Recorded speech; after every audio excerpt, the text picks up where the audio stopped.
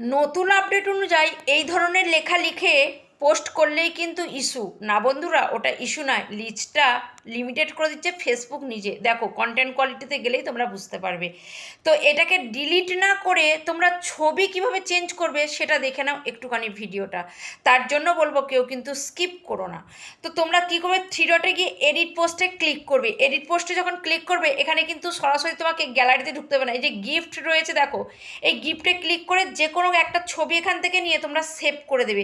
তাহলে সেই ছবিটা ওখানে সেভ হয়ে যাবে, এই যে এখানে সেভ করে দেবে। তাহলে এই ছবিটা গিয়ে ওই ছবিটা এখানে সেভ হয়ে গেল। যখন এই ছবিটা সেভ হয়ে যাবে আবার কিন্তু এখান থেকে বেরিয়ে আসতে হবে। বেরিয়ে আসার পরে তোমরা কি করবে, এরপর যখন যাবে তখন দেখো ছবিটা এখানে সেভ হয়ে গেছে, আবার তোমরা থ্রি ডটে ক্লিক করবে। থ্রি ডটে যখন তোমরা ক্লিক করবে তারপরে এডিট পোস্টে আসবে। এডিট পোস্টে যখন আসবে তখন কিন্তু এখানে দেখো ফটো আর ভিডিওর অপশান দিচ্ছে। তখন তোমরা কি করবে না, গ্যালারিতে চলে যাবে। যেহেতু ফটো ভিডিও গ্যালারিতেই থাকে, গ্যালারিতে যাওয়ার পরে সেখান থেকে তোমরা একটা তোমাদের পছন্দ মতন একটা যে কোনো ছবি নিয়ে নেবে। তো আমার পছন্দ মতন আমি একটা ছবি নিয়ে নিলাম এখান থেকে। এই ছবিটাকে আমি নিলাম, নিয়ে ছবিটা কি করব, আমি সেভ করে দেব।